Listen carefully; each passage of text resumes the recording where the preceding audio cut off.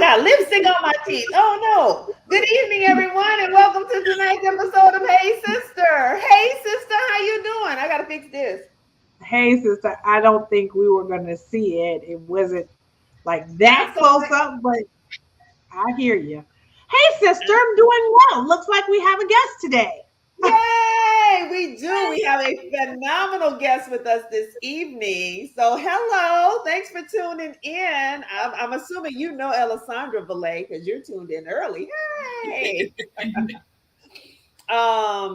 We are so excited tonight to have Alessandra Thompson Poroj with us. We are going to be talking about the power of rest. And honey, child, the way this world's set up right now, we all need some rest. Okay.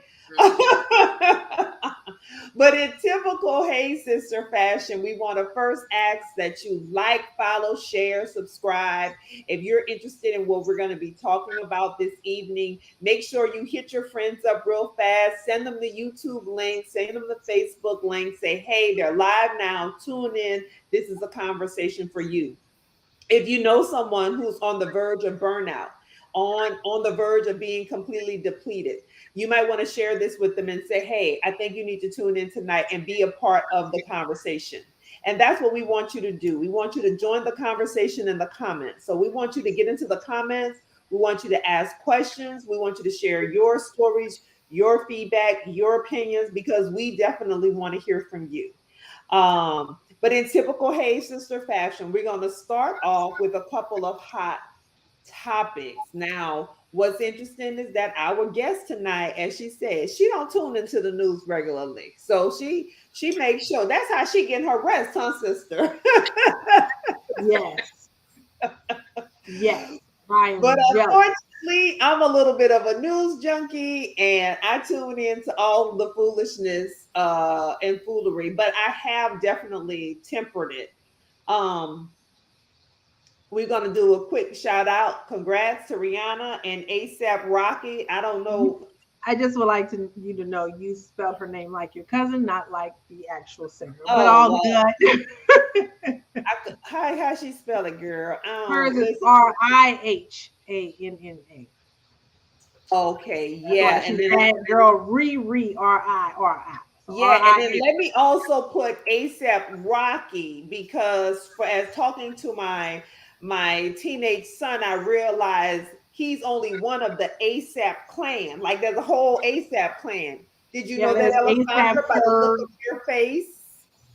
I wouldn't know ASAP Rocky or any other ASAP if they were sitting right next to me on an airplane.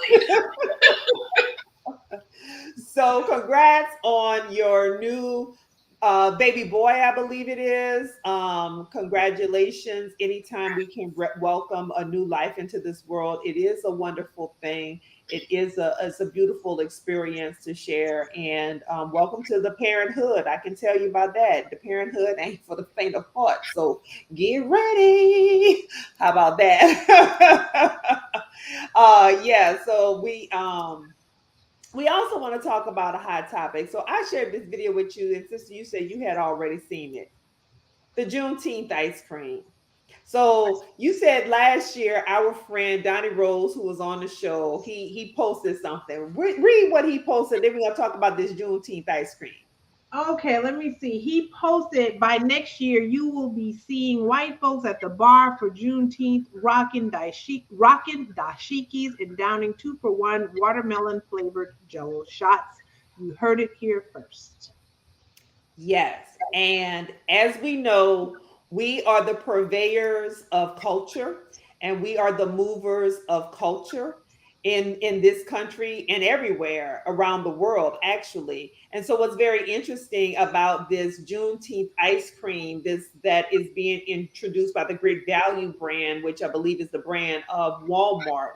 Like this is like the second incident that has come out of Arkansas because there was the other flyer about the Juneteenth um celebration, and you know there was like all white public officials. Like it was like, you know, and it reminded me of like today I just saw this post. So Black Enterprise had their entrepreneur summit. I think it was this past weekend.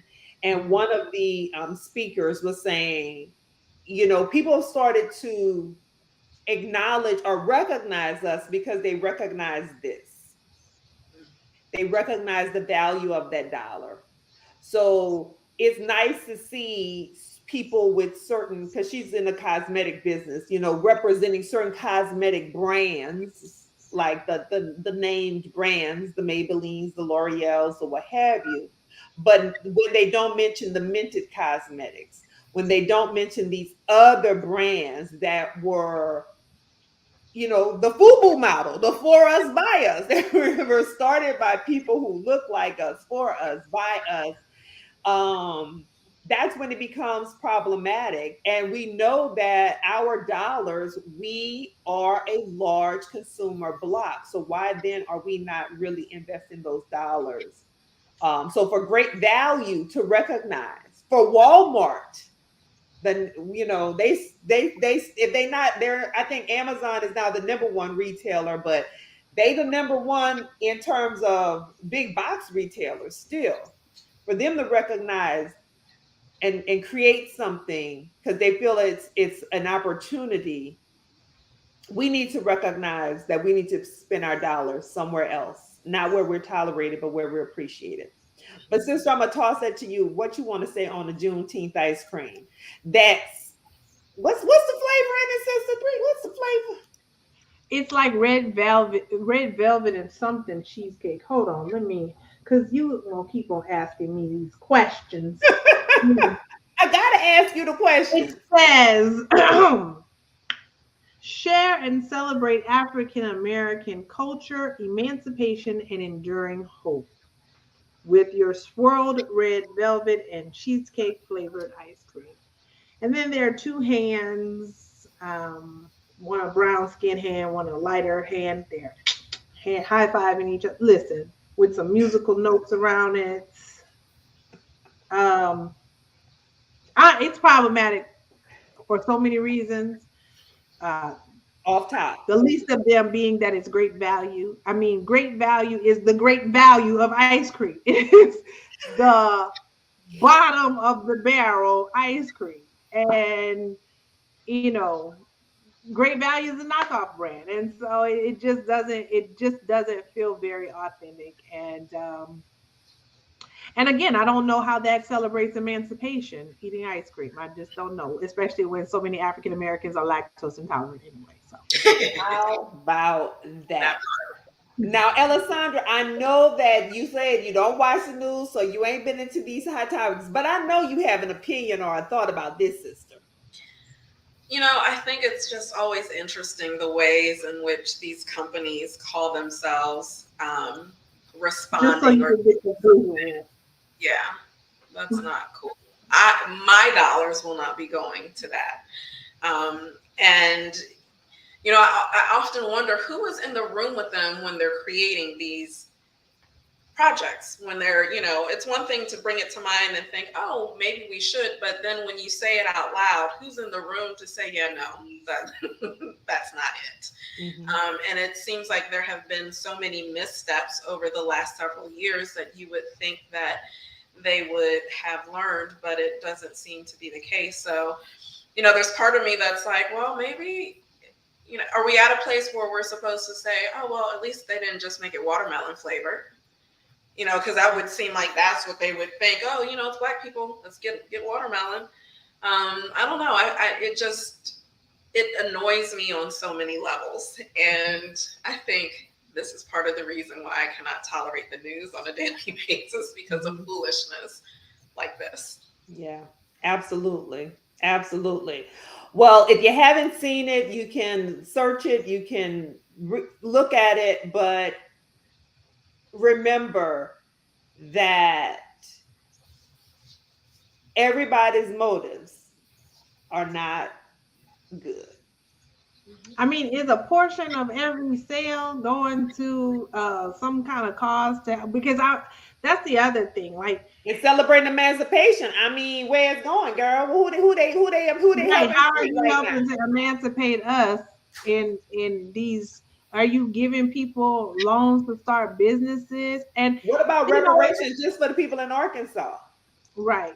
I Right. mean, Something it just doesn't, but Alessandra, to your question, who's in the room? I think that, you know, I was a fan of Blackish that just ended, and I think about Andre Johnson's character those years where he was always he was a VP of urban, and I'm sure that there's somebody who's the VP of urban marketing who sits in these rooms, and it's like, even if that person is Black, if that one person says, yeah, green light's the idea, go for it, it's that doesn't make it a good idea. Like, Right. sometimes you got to have more than one person in the room, but then, when folks trying to do crazy stuff, they're gonna do it, they'll find a way to do it anyway.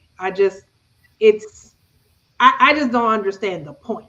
Like, of all the things, when you thought of Juneteenth, you thought ice cream, because I guess maybe we're all going to those Juneteenth celebrations, and we need to have some ice cream to eat or something. I don't I don't know, but know. it is again, it's once again, it's why we are having this conversation today. It's partly one of the reasons we're having this conversation today.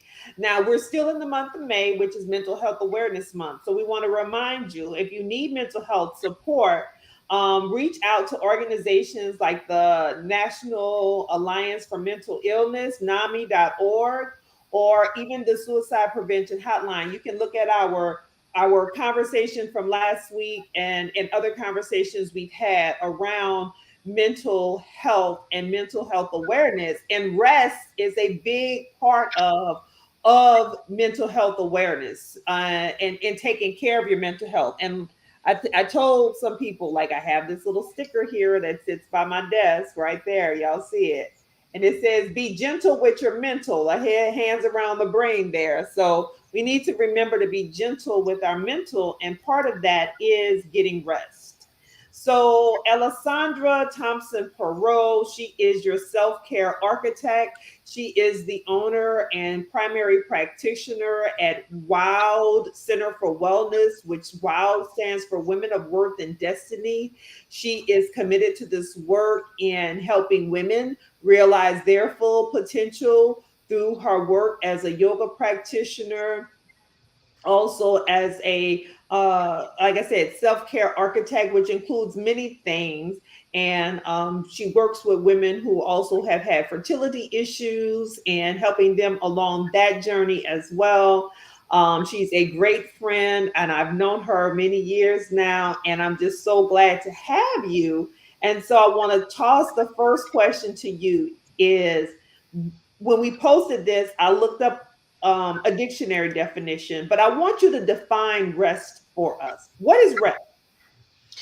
So when I think about rest, I think about it from the perspective of what we're doing in our bodies, what we're doing in our minds, and what we're doing in our spirits. It's this three-part action or lack of action, which is still an action. And simply put, for me, rest is the action of bringing yourself into a place of stillness and a place of quiet to the extent that you're able to, and allowing yourself to relax fully, body, mind, and spirit, without external stimulation. So for me, rest is not sitting down and watching Netflix. It's fun, it can be relaxing, but that is not necessarily rest. Rest is not going to hang out with your girlfriends. It can be relaxing. It can be a way to release. It can be a way to boost your mood. It can satisfy you in a number of ways. But for me, that's not what I would label as rest. Rest is really an activity that is very difficult for most of us to do because it's not something that we practice. It's not something that we engage. Rest is not the same thing as sleeping. If you think about it, think about how many times you slept, whether it's for 4 hours, 8 hours, or 10 hours. And when you woke up and you're like, dang, I'm still tired. I feel like I need to lay down somewhere. That's not really rest. Rest is this activity that when you complete it, you feel a sense of change. You feel rejuvenated in some way, shape, or form. You feel like you've been held in a way that has allowed you to be able to connect with yourself and to be able to see yourself in ways that you cannot see yourself and connect with yourself when you are constantly busy, when you're constantly talking, when you constantly have data being given to you, irrespective of the manner in which that data is coming to you. And so rest really is the opposite of much of what we know. Um, there are some people that, say, well, you can do rest in all of these different ways, I guess. But for me, I think we live in a society where we are just used to doing all of the time, that the idea of not doing and turning everything off and allowing yourself to be with yourself is really foreign. And I think it's in that space, as uncomfortable as it can be, the more you practice it, the more you're able to enter into this space of transformation. And you begin to have this paradigm shift, if you will, where you are beginning to look for opportunities for rest. There's a sister on Instagram, I forget her name, but her handle, I think, is the Nap Ministry. And she does a lot of talk, and not talk for talk's sake, but she has a lot of amazing work around this idea of rest, the idea of taking naps as a form of resistance. And it's a very different approach to living life and experiencing life. Mhm. Thank you. That was very good. I dropped some notes down there in the comments. If you all have some comments, please drop them in, so we can kind of continue this conversation. And so you described rest in this very beautiful way. So tell us, because my sister, we in the pre-show, we're like, yeah, this is what we really want to get to, the yummy part here. Tell us about your personal journey to rest. What led you here? So I went to Xavier with Demetria, and I went because I thought I wanted to be a doctor. And after my freshman year, I came home. I worked in a pharmacy with my dad. I went back sophomore year and changed and went into pre-pharm, and that was the beginning of my pharmacy career. So I have been practicing pharmacy for 23 years or so now, and when I look back on my career, I can see that I was burning out very early. And a lot of that had to do with the fact that I entered the world of pharmacy through the avenue of end of life care. I thought I was going to work in ambulatory clinics, working in the community to help us with diabetes, high cholesterol, high blood pressure, but that's not the way things panned out for me. And so I came back home, and an opportunity opened at the University of Maryland School of Pharmacy for a residency in palliative care. Didn't have a clue as to what palliative care was, but I was like, hey, it'll be better than me working at the CVS or the Giant or whatever in retail. So I went, I interviewed, I was offered the position, and it completely changed my life. And I would have told you at that point, I would never do anything related to death and dying. Like, I had a true fear and phobia around it. And I've come to love it. I have a great respect for that period of life. And so at my very first job after residency, I was one of the youngest healthcare professionals. And I think I might have been the only person of color at the level that I was at. I was at like the director level. And so I would push myself and push myself. And so I would work 12, 13, 14, 15-hour days back to back to back because I felt like I had something to prove. Right. And so I did that for a number of years. And then I was met with some microaggressions. And then at some point I left because while I was there, I received what I believed and still believe was a call to do the work of ministry. And so I left at that point to pursue my Master's of Divinity at Howard. And then I went into retail, working for one of the big retail pharmacies. I should say at that first job, there was a period of time when I was working on a project and I lived at least 1 hour away from my job. And so I remember staying there very late and coming home. And at some point I started developing this cough and I was like, oh, it'll be fine. I'm sure it's just allergies or just a cold. Cough never went away, couldn't shake it. And finally went to the doctors, found out I had walking pneumonia. Well, somebody in their right mind would say, let me sit down somewhere, right? Let me lay down somewhere so that my body can heal itself. I kept pushing on. And as a result, I ended up with this kind of reactive bronchitis that resulted in anytime I would get a cold, I would have bronchitis for almost 2 to 3 months after a cold because I had just let this thing brew for so long. So there's that. Fast forward, I did retail. Retail was never the place that I wanted to be, but I did what I needed to do because I wanted to spend some time working on this master's. And in that space, you know, there are the demands that the company places on you that have nothing to do with the practice of pharmacy. I wanted to be a pharmacist because I wanted to be able to care for people. I wanted to serve people. I wanted to be able to make a difference. Coming to learn that in the world of retail, when you are a publicly traded company, that the ultimate customer are the investors. You know, we're not worried about the people that are right in front of us, and all of that stuff trickles down. So trying to manage all of those things and becoming increasingly frustrated with the ways in which we were not caring for ourselves. So I would find myself angry when somebody would walk into the pharmacy, hand me 13 prescriptions because they were just discharged from the hospital after their heart attack, and ask me how long, and say, well, we're going to run to McDonald's and then we'll be back. So I would feel myself, you know, just the level of anger just rising up. And then at some point it was almost like becoming an anxiety about going to work. And so I would work 14-hour shifts. I would come home. I would do my work for school. The days that I didn't work, I was in school all day and doing everything around that. Move on from there, I'm back into end-of-life care and met with a number of challenges. Fortunately, I can say that at that time, I did not have to work those really long and extended days, but still met with a significant number of challenges. And I was always busy, always doing something.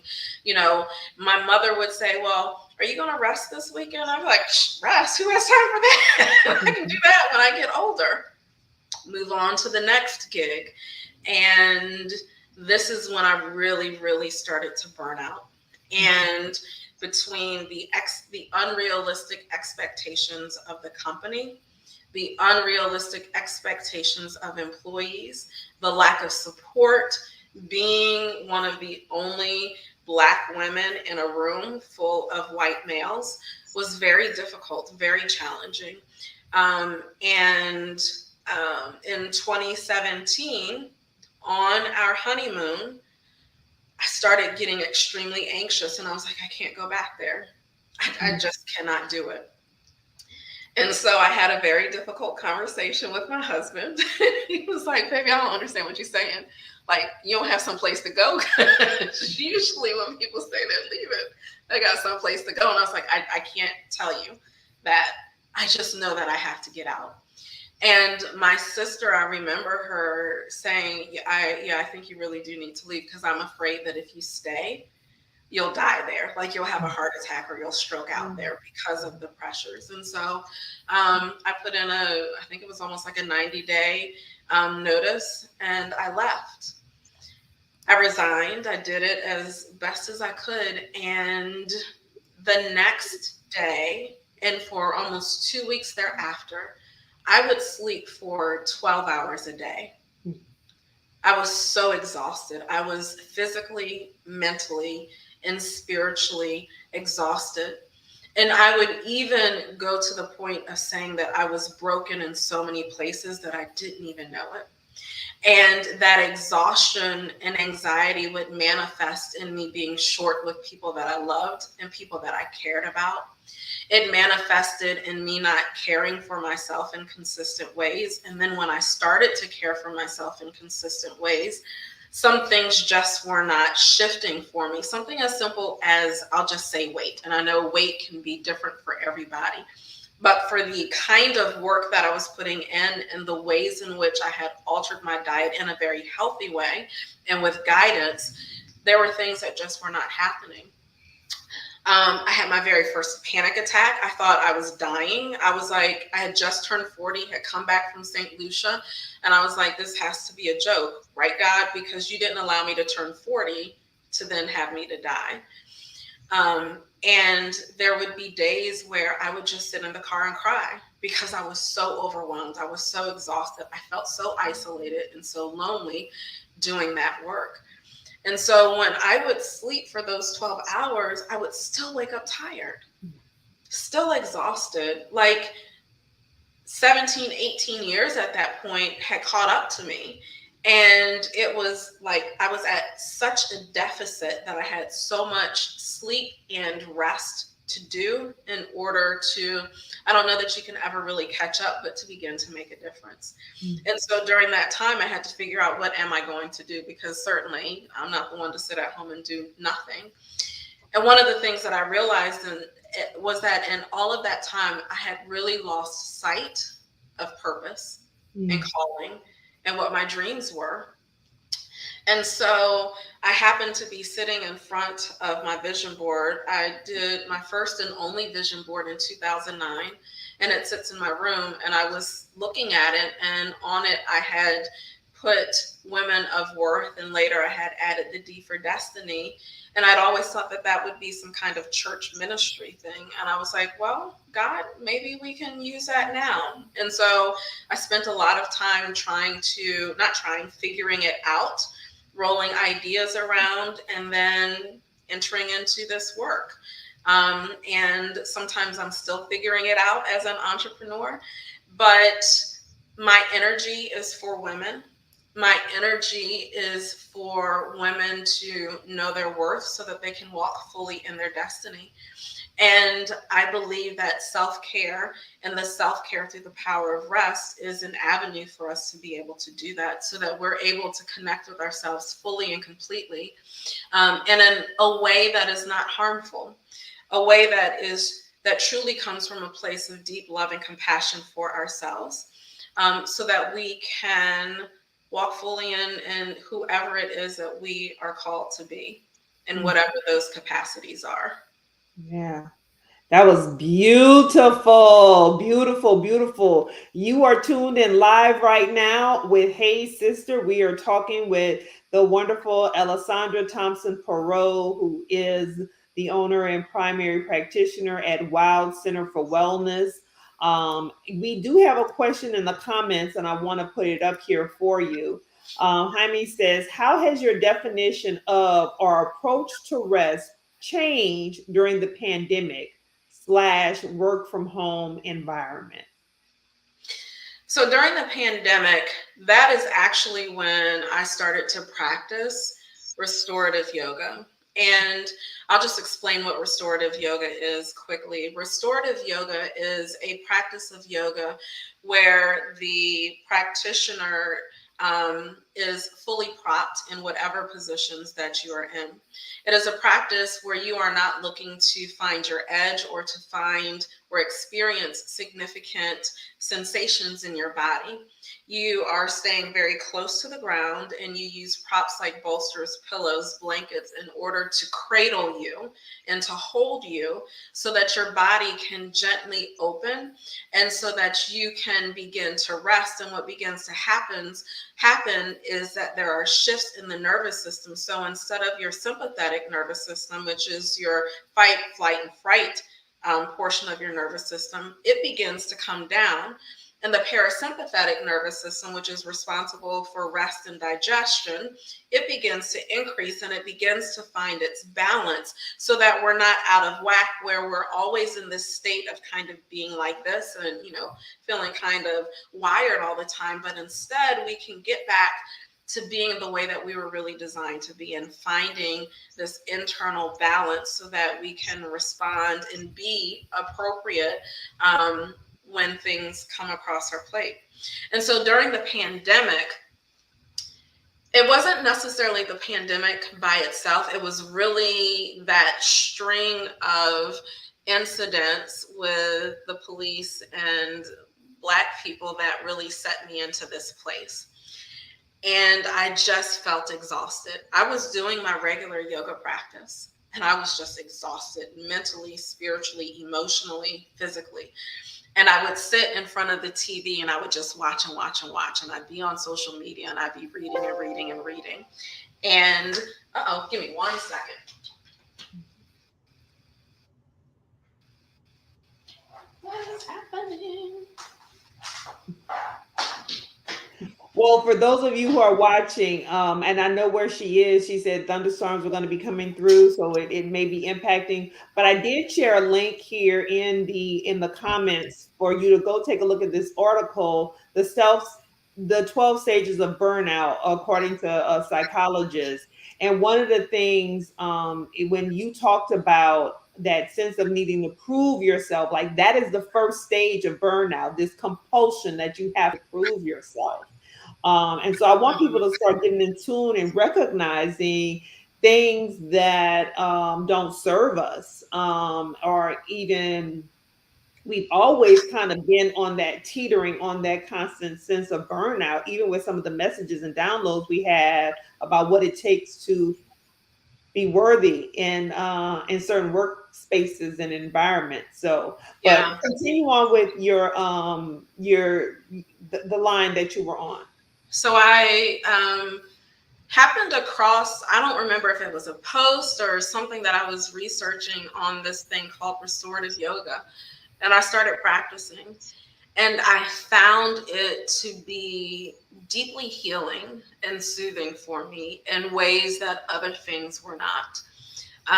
And it allowed me to let go of everything else around me and truly find this deep rest, so that when I would rise from that space, I could rise from a place of rest, of relaxation, and being able to look through clearer eyes, right? We have been fed this lie that we're better when we're anxious. We're better when our backs are up against the wall. That's when we do our best. But is it really, right? Maybe you do your best in that one particular thing, that one project that you're working on, but what else is sacrificed when your back is up against the wall? How many people have you cursed out? How many relationships have you damaged? How have you damaged yourself? So I have found that, and the more that I read and the more that we demand that this is not the way that I'm going to live my life, that's not the way that the world has to be. That's not the way my world has to be. And so it's interesting because I'm part of a couple of organizations and people will say, well, don't you want to do this? Don't you want to do? No, I don't. I got a limit to how much I'm going to do, because what I'm not going to allow myself to allow you to do to me is to work me to the place where I'm exhausted. That's not how I can give best to the world. And that's not how I can give best to myself. And I'm not going to kill myself. That's so powerful. Your question. Yeah, that's beautiful, beautiful. So, Christina, I know you have a question while I show Ornetta's comment here. It says, I can resonate with everything Alessandra has said. So, Christina, I know you have a question. Go ahead. Well, thank you, sister. I think my question for you, Alessandra, it sounds like um, there was a line, obviously, that you had crossed where it went from just burnout and you need maybe a day or two to reset versus burnout. And it's like, no, I can't go back to that situation. Um, how do you help people, or how do people know the difference when it's just a few days? Maybe I just need to take a few days off to disconnect versus no, this is not really good for my spirit. And I probably need to completely disconnect from this thing and do something different. Or is that just an individual thing and people have to figure it out on their own kind of? I think it really is individualized, and I think it is a case by case. And I think, there's a lot that really goes into that, because I think, I don't know everything that this article says, but I think part of also what plays into burnout is when you start to have this sense that you're not really where you're supposed to be, right? Like maybe you have outstayed your welcome.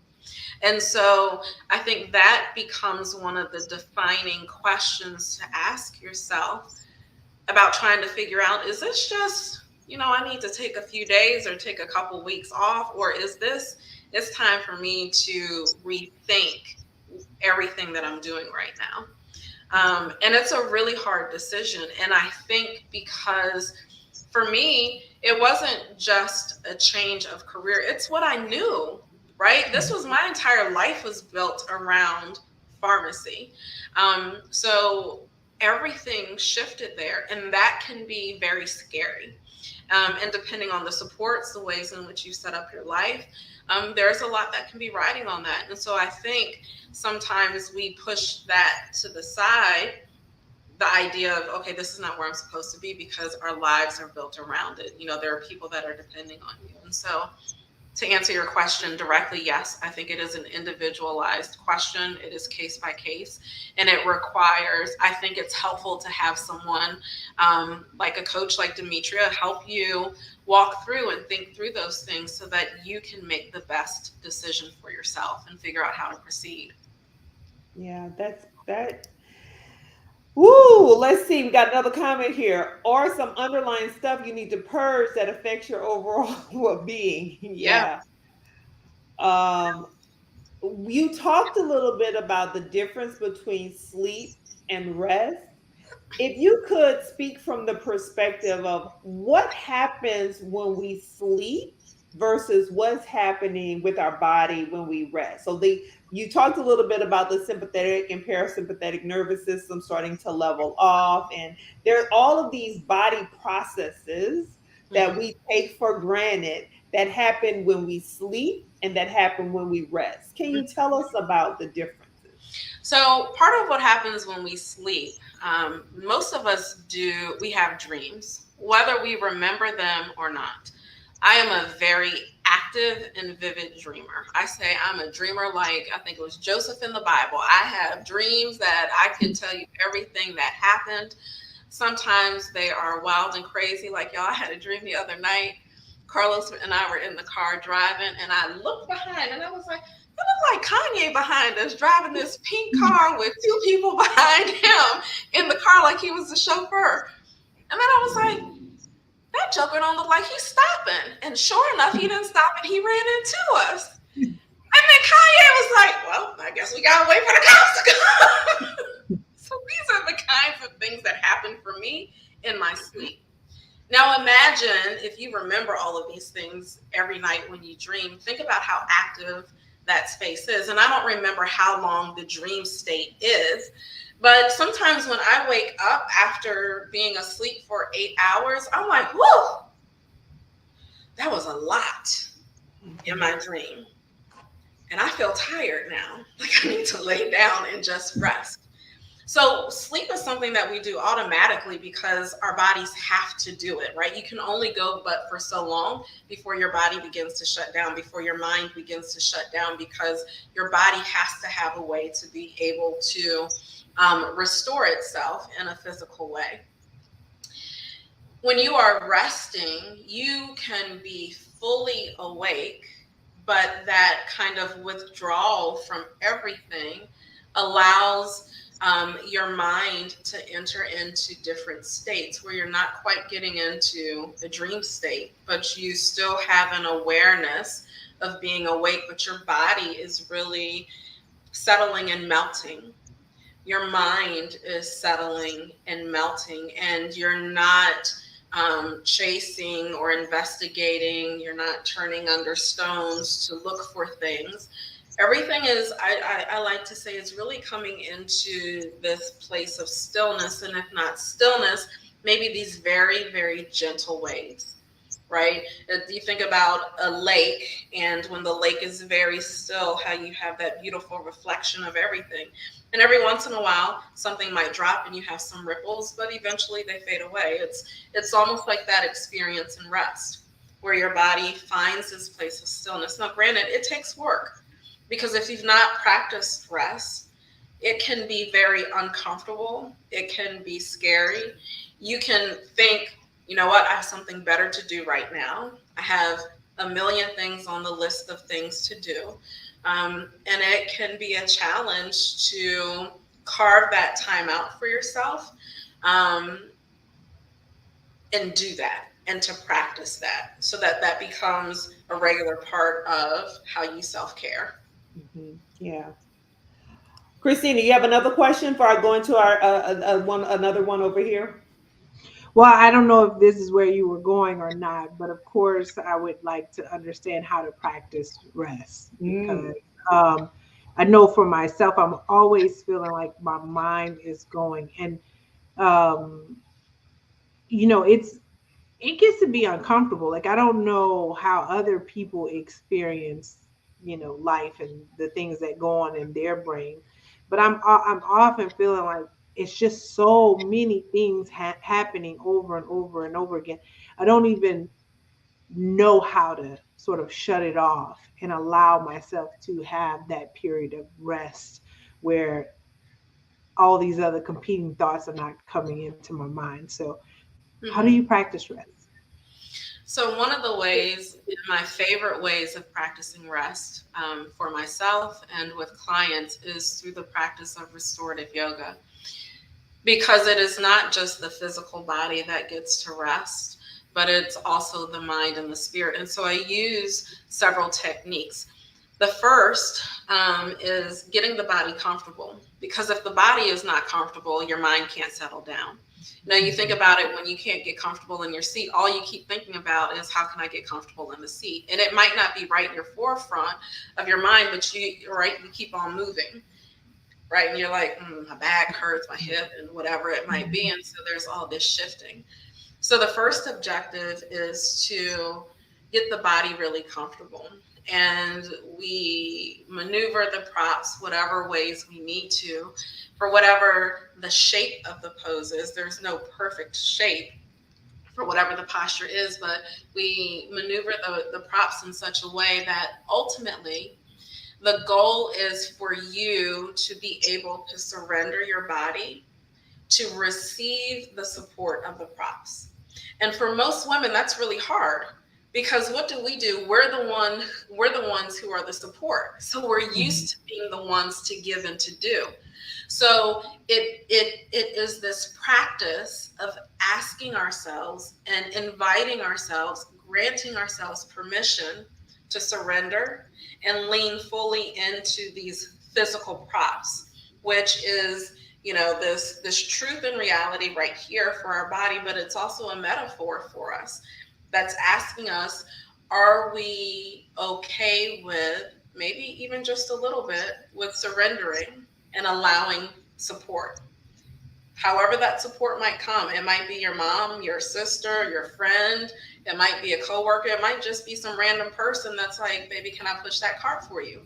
Like, learning to be able to say, yes, you can, thank you. So saying yes to the props, thank you, and allowing your body to be fully cradled, held, and supported by those props. And then next, I began to guide through breath work and becoming aware of your breath, and using your breath as a really powerful tool can significantly help to calm your mind as well as your body. And ultimately, your spirit is impacted. And then not only using your breath, but using some guided meditation, but also being able to pull back, right? Because part of the rest is not being influenced by someone else. So if I'm steadily talking to you, even though my voice can be as calming as it can be, ultimately the point and the goal is to get to this place of full quiet and stillness, silence and stillness. And that's a place that most of us are really uncomfortable with. Many of us don't even know what that is. So, for example, I can be in the house all day in silence. I'm working, right? I don't need the TV on, I don't need radio on, none of that. When my husband comes on, all of a sudden, TV's on, there's all this noise. He is not comfortable with silence. He's like, yeah, I just feel like something's not right, like something's about to pop off when it gets that quiet. And many of us feel that way. And so those are some of the ways that I help women to enter into this beautiful yet sometimes challenging place of rest. Yeah. Ooh, child, that's a good that is deep right there. And I know that so Well, I've been you've helped me. I'll say that. She has helped me. I've done some restorative yoga with her. She has a very calming voice. well, I was going to say that too. I think I've done some restorative yoga as well, and a very the difference from when you're doing restorative versus you're doing a more active yoga practice versus when you might be doing, because there's so many different type of yoga practices out there, Mm-hmm. right? So you definitely notice the difference. And even using the props for shavasana for me is huge, because sometimes lying flat on the back, it's not a still position, because you're still kind of always, so lying back on that bolster and on that prop, I mean, just everything just releases and opens up, and it really feels like, there's a full opening up that's happening, which it's very powerful for me.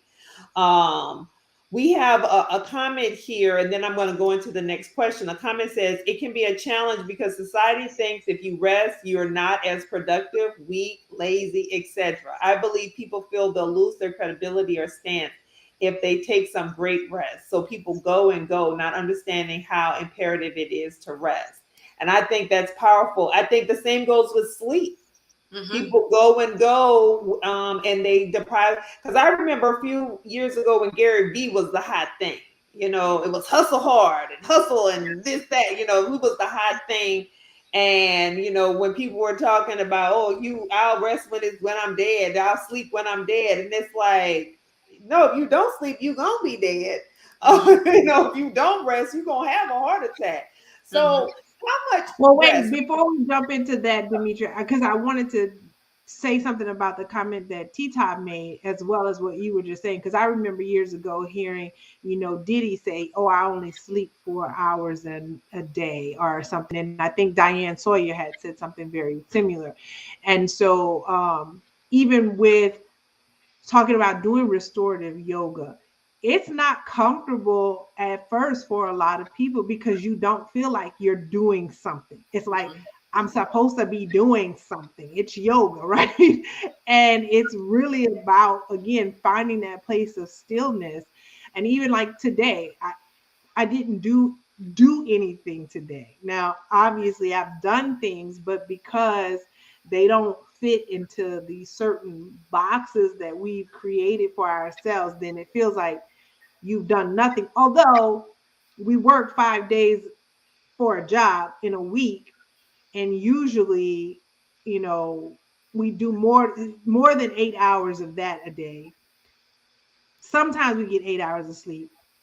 And then the other 8 hours for ourselves, we barely know where it goes because you still have to eat and prepare food and try to exercise and do all these other things. So it's even crazy that for ourselves, we don't allow, so not even society, we don't allow ourselves to rest because we feel like it's not being productive.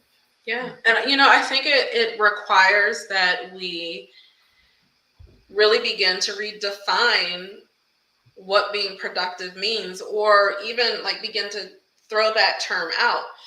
I was thinking how in some ways, I think, I feel old when I say this. I look at young people and I'm like, what are they doing with themselves? But in some ways, they got it, right? They're like, oh, I'm not doing all that. Mm-mm. Mm-mm, I'm not doing that. I'm not working that hard. I'm going to go take me some vacation. She'd be like, didn't you just go somewhere last week? You already talking about another vacation. What is that? But what is wrong with that, right? And I appreciate the fact that these young people are taking a position, they're creating boundaries for themselves so that they don't work themselves to death. And I think for those of us that are in our late 30s, 40s, 50s, and older, we are part of that hustle culture, that grind culture that, you got to do everything. You have to sacrifice your health even in order to get ahead. And I think at the end of the day, we have to make personal decisions and we have to make and maintain boundaries and hold ourselves and other people to it.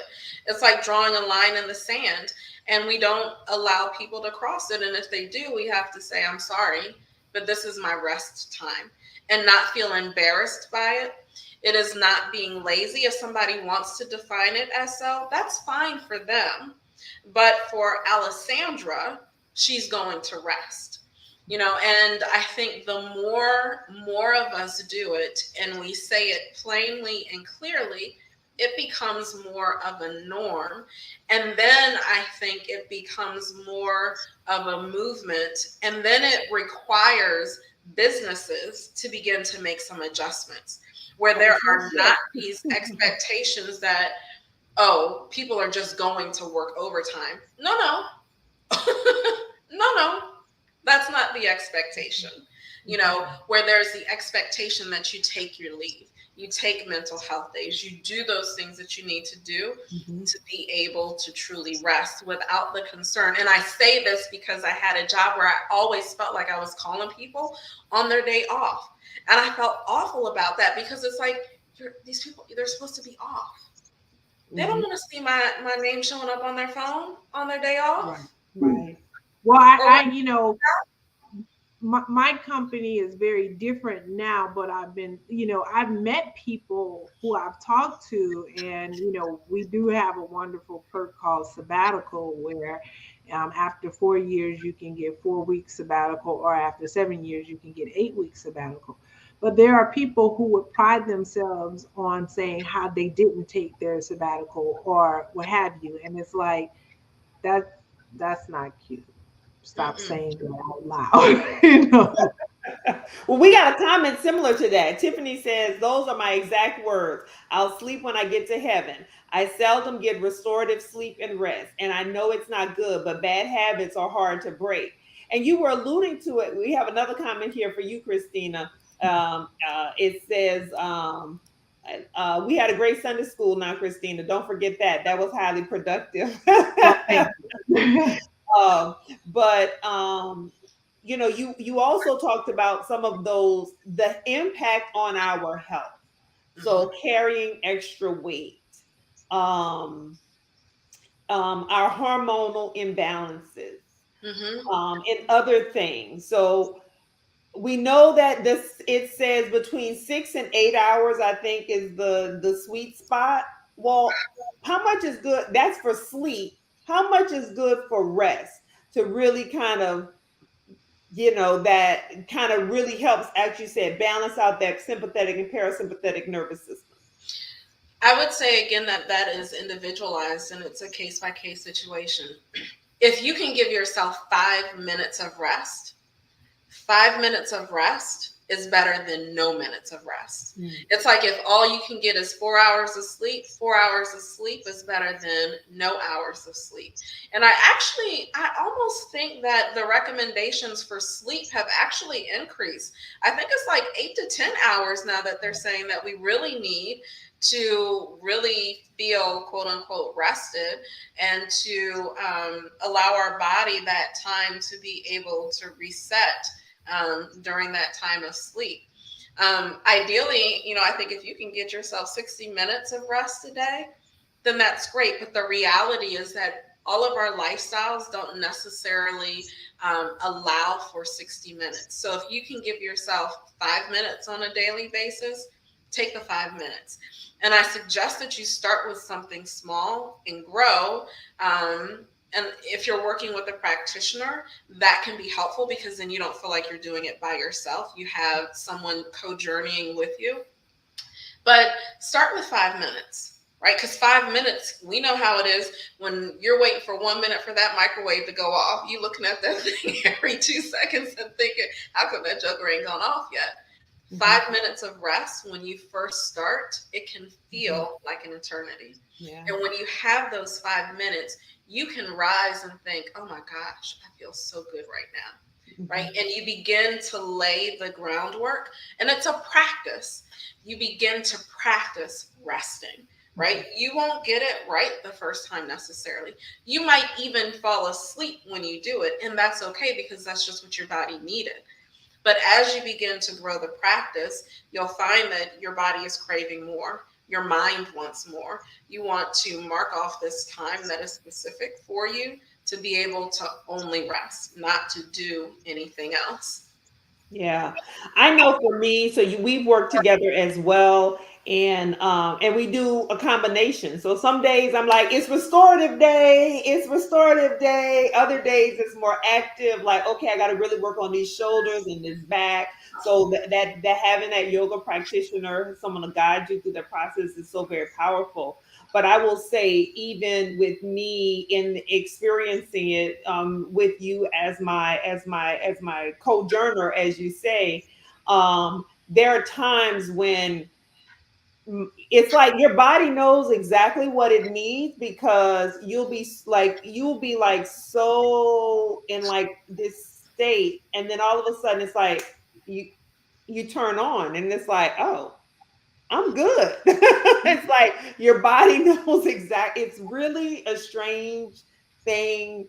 And yes, she's in Maryland, I'm in Florida, and we still work together because it can be done, people. Yeah, So absolutely. Absolutely. Alessandra, I want to ask, while Demetria's she's putting up your website here, um, you alluded to the younger folks who have really allowed set some boundaries for themselves, which I do think is awesome, and we all need to do. I read an article or a post recently on LinkedIn where this lady who's a coach, not a coach, I'm sorry, she's like helps with recruiting, like resume writing and doing recruiting, and she was basically for executives, and she was like, I'm laughing at these companies who are telling their employees that they must come back. It was like it's too many jobs out here right now, and you're not going to be able to put all these demands on people's lives, like they can't take this vacation or they have to do this. But what are we saying then to, or who is talking to these companies about how they need to have some of these cultural shifts? Because to your point, I was just thinking when you said 5 minutes, you were talking about like 5 minutes in the whole day. But I'm like, theoretically, I should be able to find 5 minutes every hour. If I give you 55 minutes, I should be able to find 5 minutes. And if that's for my whole work day, if that's 8 hours, excluding the lunch, that's 8 hours, that's 40 minutes a day. And that will probably help me be a better, more productive employee anyway. Why are companies not? I mean, even when they think they're doing it, a lot of times they're not. They're still not getting it. How are we helping have these conversations about what they could be doing to actually create this like it's okay to get some rest. It's okay to take these minutes. It's okay to do these things because you're going to result in a better employee anyway. I think that it will require some real courage on the part of many of these companies. Just like some of these companies, whether it's real or feigned, taking some steps when it comes to issues related to race and ethnicity, it will take courage because most companies are just worried about the bottom line of the dollar, right? And I was greatly inspired by one of the speakers that Demetria had at the Spring into Leadership conference, Dr. Shanna, who was talking about some of her work with corporations.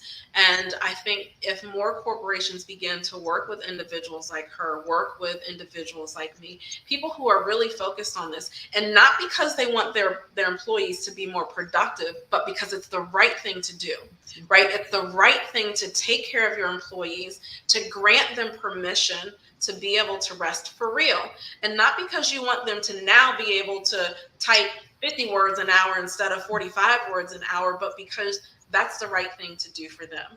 It makes them a better person. And if they're a better person and you have better people showing up to work, that's what makes your company a better company, right? And I so, want to, yeah, I want to share this quote that I was at an event a week or so ago with one of my good friends. Y'all know Lena Graham Morris, and this is what she said: "You can do the right thing and still make a profit."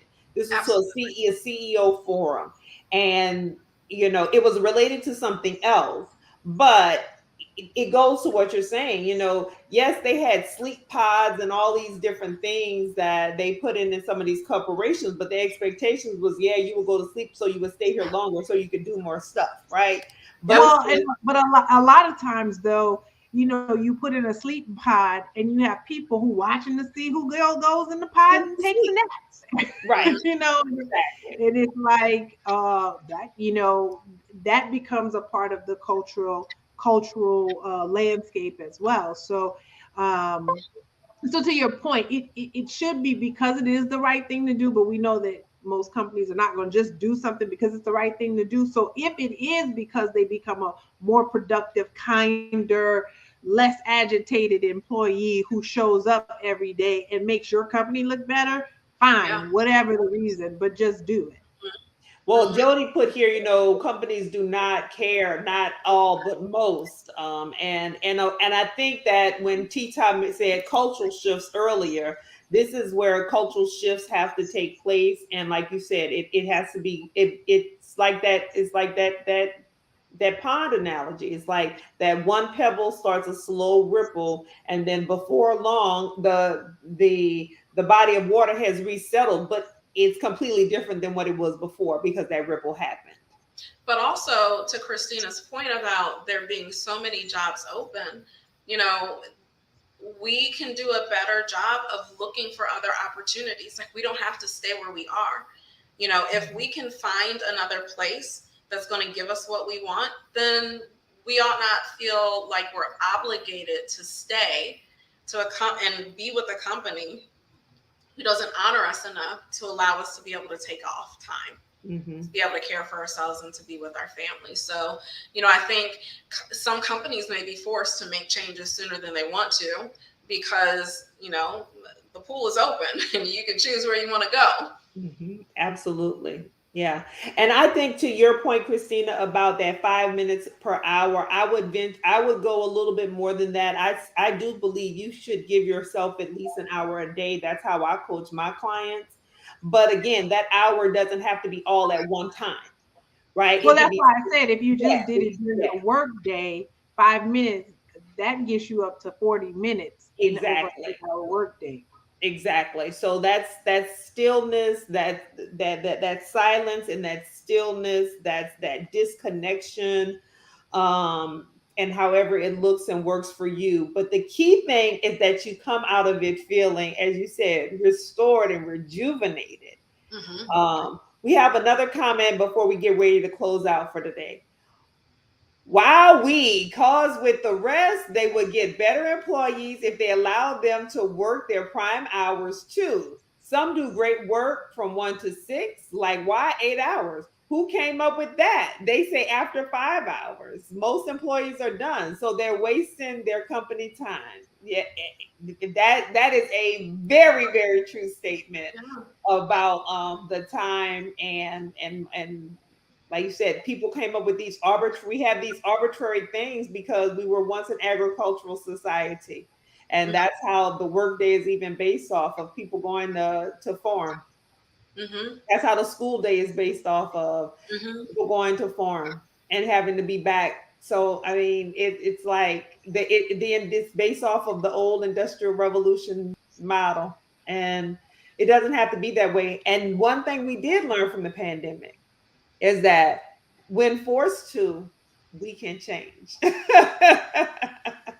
So many people who didn't think that people could work from home, when forced to, we can change. Yeah. So let's not be forced to. Let's choose to. Let's choose to do the right thing, and let's choose to honor and recognize the power of rest. So, if you had one closing comment, one thing you wanted to leave the folks with when you talk about the power of rest, Alessandra, what would that be?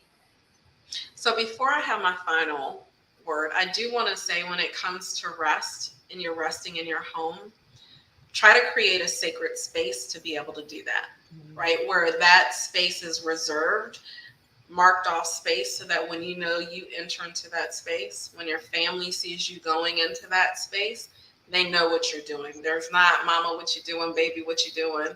They know what you're doing. And so unless it's something urgent, there's like no reason to cross the line of that sacred space. Um, with regard to a closing comment or thought, I think I would say it starts with you. That you have to find yourself worthy enough of the gift of rest. Rest is our birthright. And as we think about the many things that have been stolen from us, we have to choose to reclaim it. Right? There are many things that we can reclaim. We reclaim our time, right? Let's reclaim our time to rest. Let's gift ourselves the fullness of who we are, body, mind, and spirit, with rest, so that we have the ability to show up fully as who we are and who we want to be, and not who someone has created us to be, for their profit or for their good. Meanwhile, we're killing ourselves. I think I said this to you once, Demetria, that we can either choose rest or we can choose death. Right? And death can manifest in so many different ways. It doesn't have to be that physical departure from this body, but it can be the death of who you are, the death of your dreams, the death of relationships.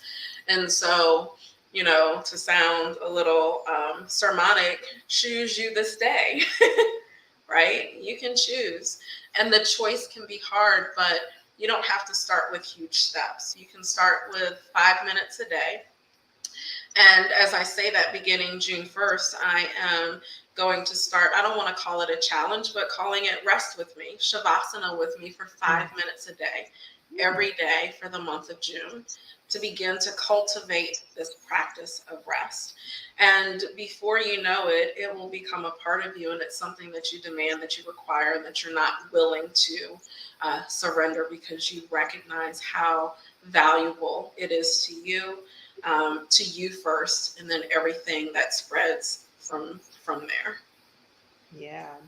Well, folks, I have the website scrolling across the bottom of your screen here, wildwellness.com, WOWD wellness.com. Go to the website, sign up for her newsletter. You can find her on your other social media platforms at Wild Wellness. So, same information. I dropped it there in the comments. Sign up to participate for June. I mean, June's going to be here before we know it. It's a great time to reconnect with yourself and to manifest and enjoy the power that you will get by reclaiming your birthright and reclaiming your worthiness in rest. And so that's my closing remark. Sister, I'm gonna toss it to you to shut us down for the evening. Well, I just want to say, of course, thank you, Alessandra, for joining us today. I think this has been very helpful. I'm already thinking about where I'm going to create my sacred space so that I can rest and start to practice resting. And I think, Sister, just based on what you put, what Lena said, I just want to reiterate that, to if anybody is running a company, for all of you entrepreneurs out there, you know, when I think about a company like Amazon, it started in somebody's garage and now it's this multi-billion-dollar company. And yet, we would hope that when we grow, we still learn that we can treat people well and still do very well. And so, my hope for all the entrepreneurs on the call, Tiffany out there in our comments, all those folks, you can have a great and wonderful and prosperous business making profits and doing the right things. And part of doing the right things is taking that time to rest for yourself as well. All right. With that, we're signing off. Go to the website, follow us, join us next week as we have another guest. And you have tuned in live with Hey Sister. If you're watching it in the replay, be sure to share this with somebody who you know will receive great benefit. And with that, we're signing off. Thank you so much for joining us. Bye, Thank everybody. you. All right. Hold the line, Alessandra.